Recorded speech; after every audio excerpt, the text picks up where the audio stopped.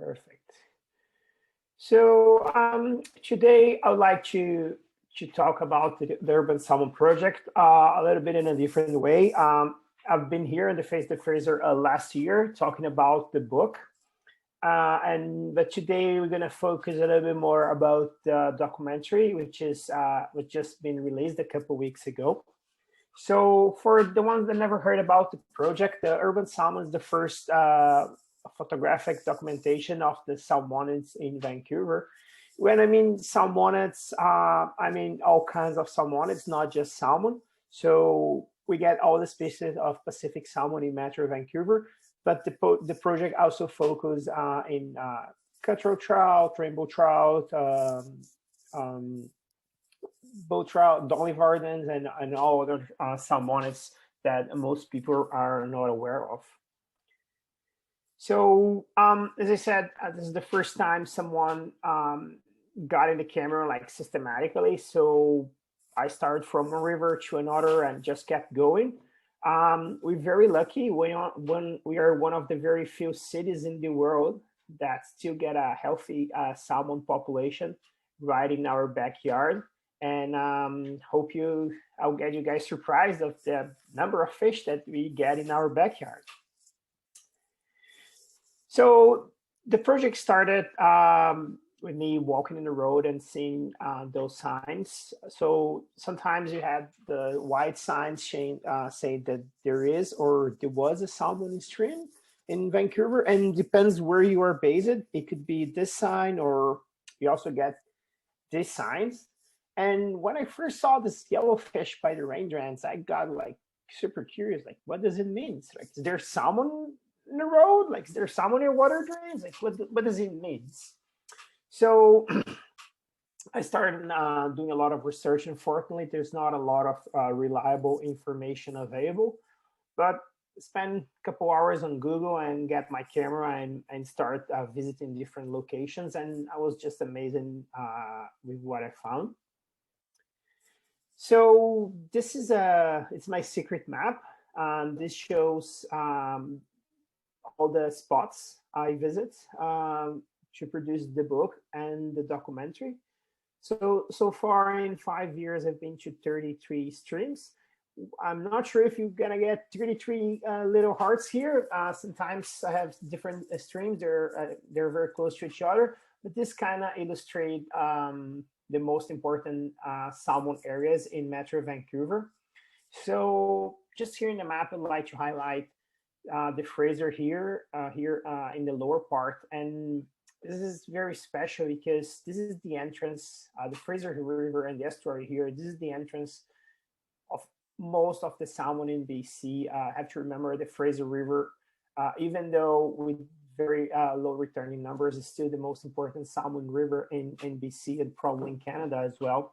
So salmon that get in here, they're gonna spread all around Metro Vancouver, and some of them will keep their journey, and some salmon can swim up to 1,000 kilometers to reach their spawning ground. But here in Vancouver, the urban salmon, they had like a kind of short swim. So they get into the Fraser River, and they go all around to kind of coast by New Westminster and Burnaby, when most of them get to Burnett River. And from Burnett River, they spread around Burnaby Lake, and then from the small tributaries in East Van. We also get really strong, like really good populations around Surrey and Langley. I really like Pine Hat Hatchery. It's a place I always recommend if you want to see salmon, and it's a really nice hatchery and a park. So that's a place I like a lot. And also besides like the main core, like East Vancouver and Burnaby, North Vancouver is a very special place, and also Coquitlam. So looking here in the map, it gives an idea of the most important places and the most important rivers. And this is the kind of images I've captured, and the kind of like the number of returning fish. And just deserves mention that in this picture, there's very few to almost no hatchery fish. This was taken in the Salmon River, and if you see here, these are mostly wild fish, which is very important, especially nowadays that the returning numbers are just crashing, and unfortunately a big chunk of our salmon, our hatchery fish. So I get a lot of questions. How did the book was made? How did the documentary was made? And do I get in the water? Do I don't get in the water? What camera I use and everything. So the first thing I would like to highlight are the field practice. Of course, when the adult salmon is in our backyard, they're in the peak of their spawning time. So you have to be extremely careful to limit the stress on fish. And also, so I really follow some kind of field practice. So I always play the welfare of my subject, the fish, above all else. And I must be especially careful, not to stress the fish, not to make them turn into an easy prey. Like I stressed salmon could find shelter in a place that's not really a good shelter, and then can become an easy prey for predators. So I was very careful. I tried to use the least invasive techniques possible. So if there was a chance, I would get in the water with my camera. If there was less water, I would just get the camera. And if it was too shallow or the fish are very stressed out, I use GoPros, selfie pose, and whatever technique that was available to capture the images. So I'd like to share the small video. This is from 2018, and this video, when this video was recorded, I was trying to get the very first chance salmon that was swimming up Stony Creek in Burnaby. So I really kept an eye on the forecast, and when I knew the first rain was coming, I was basically waiting the fish since 2 a.m. and this was recorded kind of around 5-6 a.m. And why at night? Because salmon has so many predators, so they try to move during night where they're kind of more protected, and that's where most of the salmon migration in freshwater happens. If there's a fisherman around, they know that, especially coho, if you want to fish for them, you got to be very early in the morning by the river, and once like the sunlight hits the water, the fish just hides and they become super difficult to catch. So sometimes you got to do it at night. So let me just play this short video.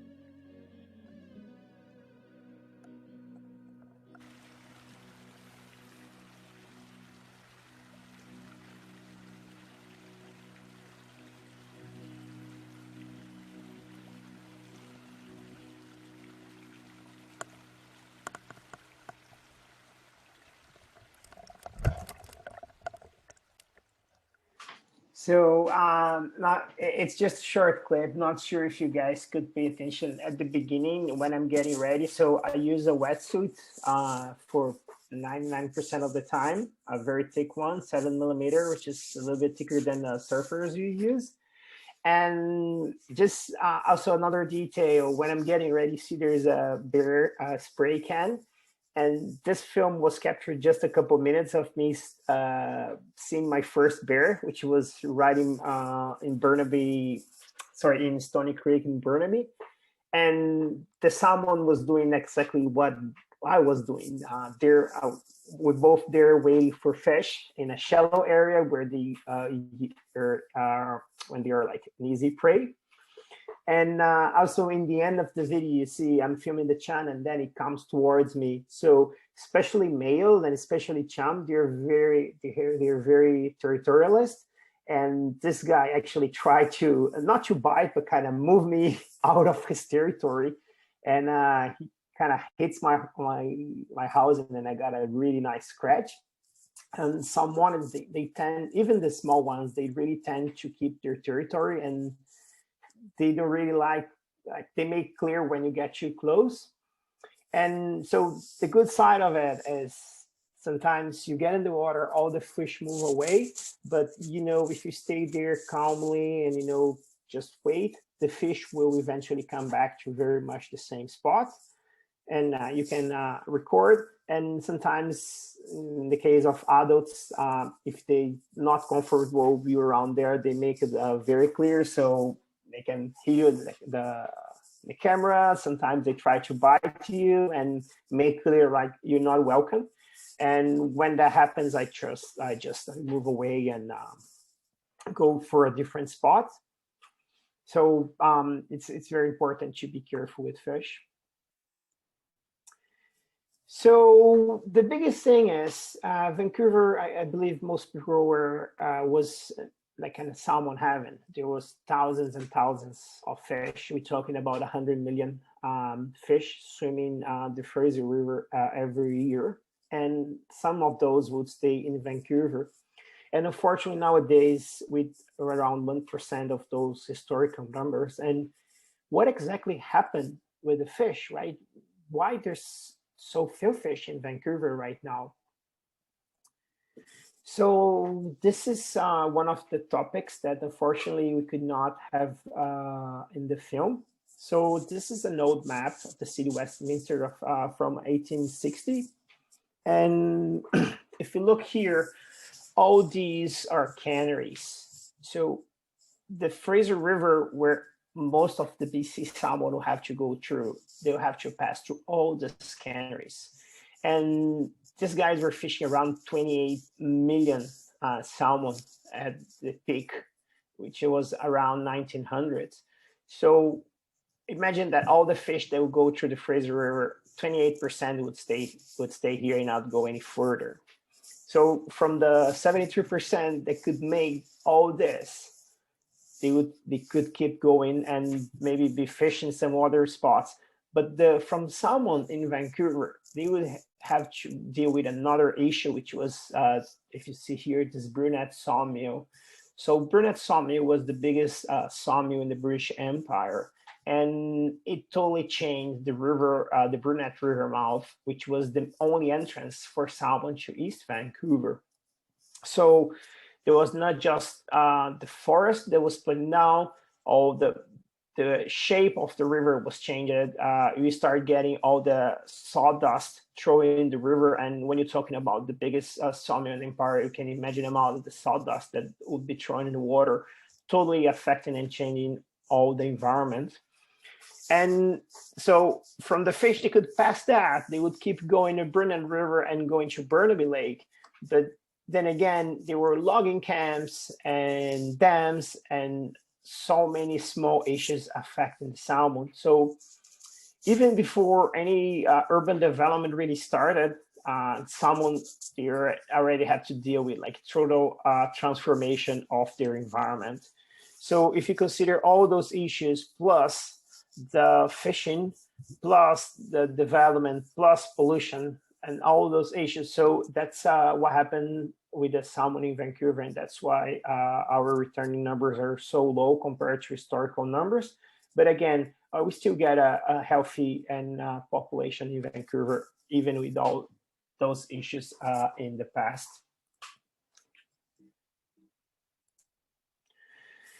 So when you talk about urban development, this is a map.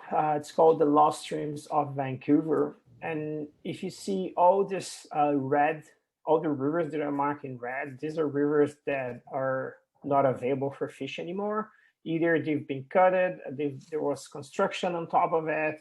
So these are, we say like they're not highlighted, so the sunlight cannot hit them, and fish will never get in a river that you can see the other way, right? You can see the sunlight getting in, so fish won't access those rivers. And if you see, most of the rivers were they're not available, they're not fish habitat anymore. And if you look here in Burnaby in Steel Creek, these are all the small streams that would spread salmon in East Vancouver, and they're not available to fish anymore. So that's, after all that, we have all these streams that were lost, and that's why salmon numbers are very low nowadays. So as I said, the project was definitely focused in a Pacific salmon, but we're also looking for some other rare species, some that I was aware they were around, and some that I have no clue at all. So I would like to bring up some species for you guys. So this is the Nooksack dace. This is a very, very important fish for us, and we're very lucky to have them around here. So the Nooksack, they're cousins from carp, so they're very small fish, around 6 inches. And most of the people don't really know, like they don't give importance to this fish, but they're very, very important. There's estimated there's less than 10,000 of this fish in the whole world, divided in a couple of small populations, and we're lucky to have 2 of those populations here in Burnaby. Sorry, one in Burnaby and one in Surrey Langley. Yeah, I guess it's Surrey.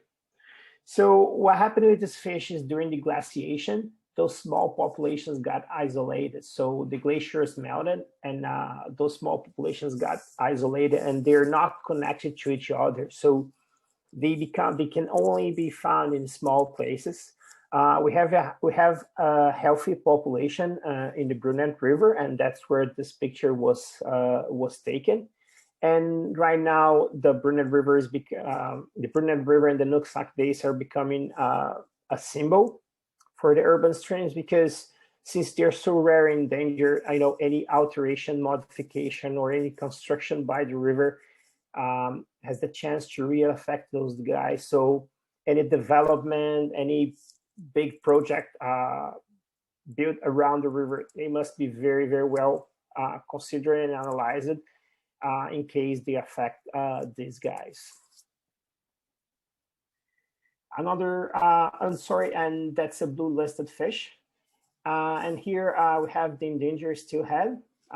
Steelhead, different from the Pacific salmon. They have the ability to spawn more than once. So some adults, they can get in fresh water, spawn, spend some time, return to the ocean, build up energy again, and next year they come back and spawn again. And there's steelhead that are known for spawning 3-4 times. Not sure if you guys are aware, all the Pacific salmon, they die after spawning, but the steelhead doesn't most of the time. So that was why some First Nation called them the ghost salmon, because they'll never die. And some groups even got to a point of not fishing those at all and not predating, just because they're the ghost fish, they should not be touched. And we're very lucky, we still get some steelhead in our urban environment. They're targeted by sport fishing and commercial fishing as a bycatch. And unfortunately, the numbers in the Fraser River and the tributaries are crashing. There's fight from environmentalists trying to get this fish listed as added to the blue list of endangered animals. But unfortunately, that's an ongoing situation, and they're becoming more rare.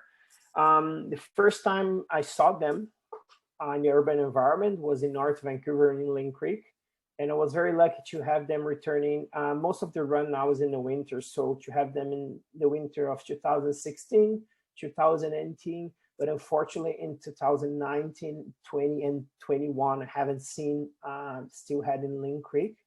I heard some resources mentioned there's people targeting those fish in our urban watershed.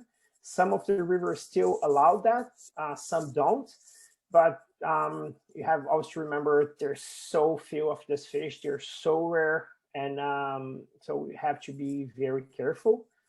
This one was photographed in the Capilano River, which still gets a couple fish, a couple steelhead returning every year. So we're so lucky to still have them, but you got to be very careful. Just to give an idea of how rare this fishing is becoming, recently I finished a project in the northwest coast of Vancouver Island in Gold River. And the Gold River was known as one of the best one of the best rivers for fishing steelhead in the whole world. And unfortunately, last year during winter, they have a single steelhead returning to spawn in the winter. And when historical numbers talks about thousands of fish, so these are very, very rare fish, and they're threatened in all shapes and forms. So we're very lucky, but we gotta be careful. This is another cool guy. These are freshwater sponges. So they're the same family of the sponges you see in the reefs and Caribbean and in the ocean. But these can only be found in freshwater. And they usually have this bright green color, sometimes more on the yellow side, sometimes whitish. But the good thing is these are an important indicator of the water quality. So if we have any sort of pollution or chemicals that should not be there in the water, these are the first kind of, the disappearance of this guy will trigger the alarm. So, when we find them in the river, it means that the water quality is still pretty good. This one in the picture is a small guy. They grow very slow, and they're around the rocks, so any gravel that runs on top can kind of damage them, but they just keep growing. This was small, around 5 or 6 inches, but even though they feed on filtering the water, and even with the small size, they can filter 2 or 3 Olympic pools of water a day to get their water. So these are like kind of small lung that just keeps filtering water all day long. And I have no clue that we could find them. I knew about their presence in some of their Kamloops lakes and stuff, but I end up finding them in quite a few rivers here. So Brunette River, Stony Creek, Lynn Creek, Capilano River, Seymour. So most of the rivers that still got a good water quality, you can still find. It's just hard. You gotta look for the right time, because since they're always filtrating, they get covered with a lot of sediment. So to find them, you gotta go in the spring when the water levels are not super high, but it's been raining a lot, so you can see the green patches of the sponges. And I was very surprised, and I really like them. So I'm always kind of, hey guys, this is really cool. These are Dolly Varden. It's another fish that most people are not aware. So Dolly Varden and a bow trout, they're part of a group of fish. We call them char. If you're not into fishing, not a fish people, you may not see what's the difference between a Dolly Varden and a trout. So Dolly Varden, they have this yellow spots in their body, and you see their fins. You have this bright orange with the yellow mark. And when you're in the water, it's very hard to find the difference between Dolly Vardens and bow trout. But in this case, this was taken in the Seymour River, and we know by scientific data that there isn't a bow trout population there. So we are confident these are Dolly Varden. And again, these fish they're small when in a small stream, so around 10, 12 inches. And they really need high water quality as all those fish. And I could not find them in more like urbanized streams. So I only find them in a Serpentine River and in a Seymour River, and of course in a Capilano. But even though they're listed for most of the streams I visit, I could not find them. But I was very happy even to find one. They're a really cool fish, and if you fly fishermen, these are they're like These are like a trophy fish, and mostly, they're very overlooked by, scientists, and so not a lot of data. When you talk about salmon, it's most people don't even remember these guys, but very important. These are Western brook lampreys, which is another fish that we know they're there, but they're very, very hard to find. So they spend most of their time in the gravel under rocks and logs and stuff. Different from other lampreys, these are not parasites. So they feed on like dead animals, organic matter, anything that's kind of decomposing in the bottom. And you can only find them during their spawning time, which is coming up. It's usually end of May, beginning of July. So all the fish from the watershed, they kind of migrate to a single stream, usually very tiny streams. This one that was photographed, it's a small tributary in the Salmon River. I could barely get in the water. I mean, I could barely fit my camera in the water. And they're really cool because when they're spawning, they get all together in a big black ball full of fish, and the whole water body gets full with this fish. So basically, you walk in and you see a stream that is black and it's covering Western brook lamprey, and that kind of spawning frenzy lasts 1 or 2 days, and after that, everything is gone, and you don't see those fish for a year. And this picture could only be captured with the help of the guys from the Seymour Salmoniid Society, who gave me a call and say, hey, you got some fish here and you should come and check it out. These are very, very, it's a very unique situation to find them spawning. And yeah, they're present in most of our urban streams. These are cutthroat trout. Most people don't really pay attention, but here in Vancouver, we get the coastal cutthroat trout, which is an endangered fish as well.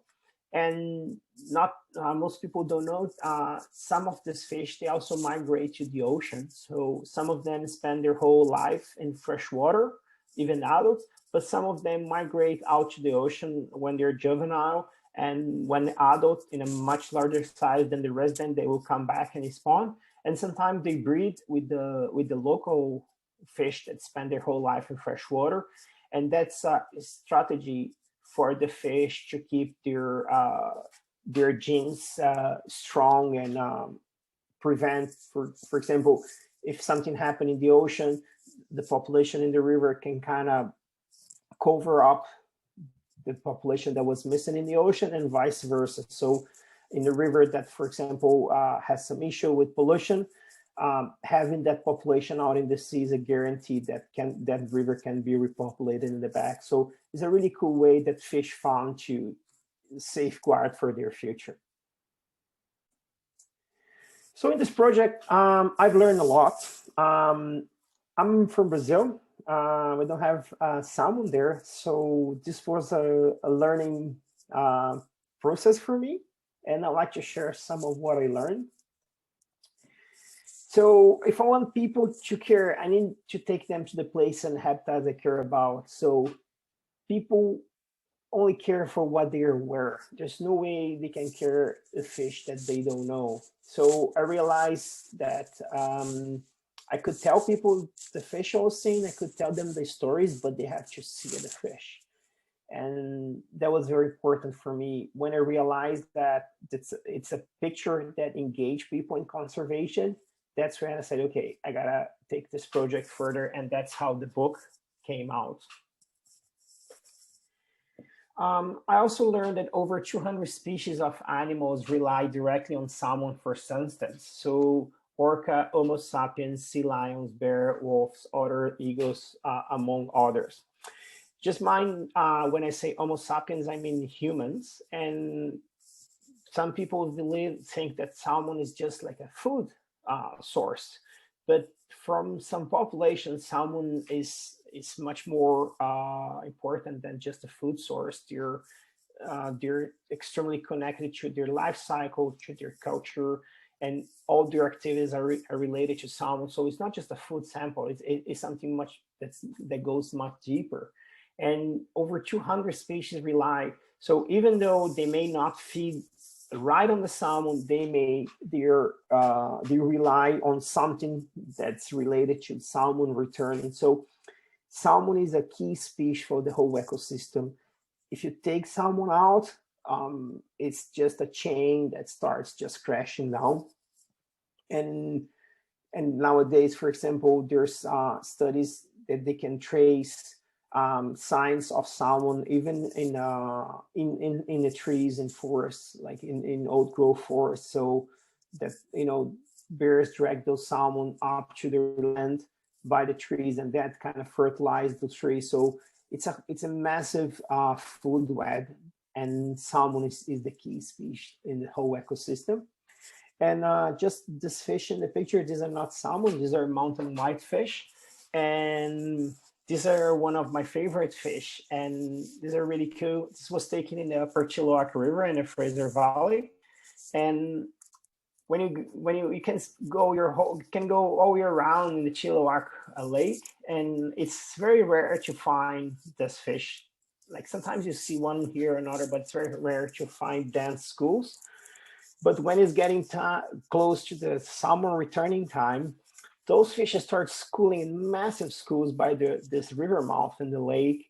And it seems like there's no salmon around, but the fish are there because they know they can come anytime, and they're just waiting for the eggs. So again, the whole ecosystem works towards salmon, and seems they have like a timer.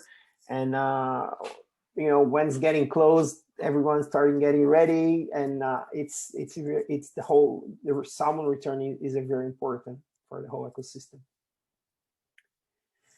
Also learned there's no salmon without riparian vegetation, and riparian vegetation is basically forest.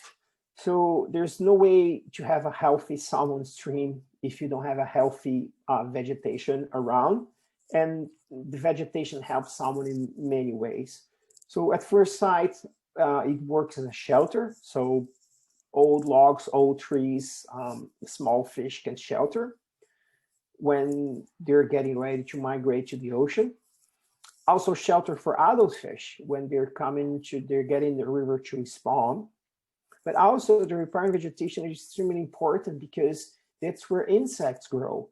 And those are very much the insects that will feed the future generation. So the salmon cycle, we know the adults come in the river, they lay their eggs, and they die. And those carcasses will feed those insects. But where those insects are coming from, right? So basically the vegetation in the forest will kind of work as a seed. So it creates the environment, the food's in the water. So all those, you can create that environment that's that's good for the insects to eat and develop. So when the eggs hatch, there will be food available for the small fish. And also the lack of vegetation changed the water parameters, so pH, temperature. If you don't have a healthy vegetation, when the big rain comes, you see all the rivers getting all murked, and that really affects the environment for salmon as well. I've learned working in more pristine places, you can have the biggest rain you can ever imagine. You go in the Salmon River that has a healthy vegetation, and the river is never murky, or it's murky for a couple hours. So that whole vegetation helps to keep the soil there, to keep the kind of more a stable environment. So the vegetation is as important as the fish, and that's something I have no clue. And just an ad, when I mean having pristine vegetation, it's very pristine. So we having some discussion about logging old growth forests, and now it's known to science that some insects and some food chains can only access in old growth forest, and that's very important for a healthy salmon ecosystem as well. And I learned that a river can be restored. So this is the Brunel River in BC. We're going to talk about that in the documentary, what happened in the river and what's the situation right now and why it is so important. But for me, learning that it's possible to restore a river, there was a game changer in my whole project. So let me quickly talk about myself and why that's so important. So I was born in a city called Piracicaba in Brazil. It's the small red dot here in the southeast of Brazil. And I grew up listening to the stories about this amazing fishing in the river, very much like Vancouverites. So probably if you get anyone that's already around their 60, 70 or 80 years old, they probably will have stories of amazing numbers of fish in our watershed. We have records of people saying they could almost walk on the backs of fish in the Brunel River, or that you could catch fish with your bare hands in Lynn Creek or Capilano as the best fly fishing river for salmon in the world. So I grew up listening to those stories and I always want to go and catch a fish like that. But when it was my time to go fish, this is what I found. So all those massive catfish, all those big fish were gone in my hometown, in my home river. And when I got here and I learned that a river can be restored, I said, well, so that, we can do that back home too. And that was very important. River restoration and environment restoration by now is the way to go to guarantee that future generation will have access to salmon. So that kind of totally blew my mind. And I also learned with this project that it's not just in Brazil that the waterways are threatened. So this was not taken in a Metro Vancouver. This is a small side channel in the Lower Fraser. So not in Metro Vancouver, but quite close. And this is obviously a tire. And tires are the most common thing I've seen in rivers. I would say 100% of the water bodies I visit, 100% of them have tires in it. More or less, bigger or small, but all of them have tires. And there was an important research that was published a couple of weeks ago relating the salmon mortality for juveniles related to components that are associated with tires. So if that's true, that tires could be killing juvenile coho, that's an issue that we have to address, and you have to address very, very fast. This is one of the most important spawning grounds for Chinook salmon in the Lower Fraser. This is the heart of Fraser, in between Hope and Chilliwack, and you just see the beautiful blue water. And I have no clue how many tires I found right here, basically everywhere. So if you want to have salmon for future generations, you have to start addressing this issue right now. And that's what we want to have, and that's what we can have with half tires. This is another very important issue. So gravel is especially important for salmon. They need specific kind of gravel in a size and shape and in a variety that allows them to lay their eggs and get their eggs covered and protected. So again, this was not taken in Metro Vancouver, but this shows an issue that's affecting salmon everywhere. So some of municipalities are starting laying signs by the salmon streams, asking for people, especially when salmon is around and spawning time, to refrain getting water, and especially dogs. So when the salmon eggs are very, very fragile, and even though they get covered and they go quite deep in the gravel, in the beginning when they're just being laid, if you walk in the river and you stack on the eggs, you're gonna kill them. So this picture again was in the heart of the Fraser in Herling Island, and this is the fish were right spawning, and you can see this mark. So people were using this to access the island. So they were basically driving on top of the salmon redds, or the nests as we call. And I could see that happening in most of the streams. So most people don't know. They see salmon, they want to get close to the fish. They want their dogs to have some fun in the water, but that's a big no-no. We have to refrain and stay out of the water, especially during spawning time. So this is a picture of the salmon egg that gives an example. Imagine if you walk on top of this, it's just going to squish all these eggs. And this is a more detailed image of the egg. So this is a coho salmon egg. It's around 15 days. And you can see the embryo here just starting to develop. You can see the beginning of the spinal cord, the eyes, and these small bubbles you see here, these are lipids. So basically the small fish will feed on those lipids until it's strong enough to hatch the egg. And once they hatch the egg, they have to look for food for themselves. And something I learned taking this picture, I have no clue, is when you look at the egg, it looks, I thought that the embryo was inside the egg and it doesn't move much, but that's totally wrong.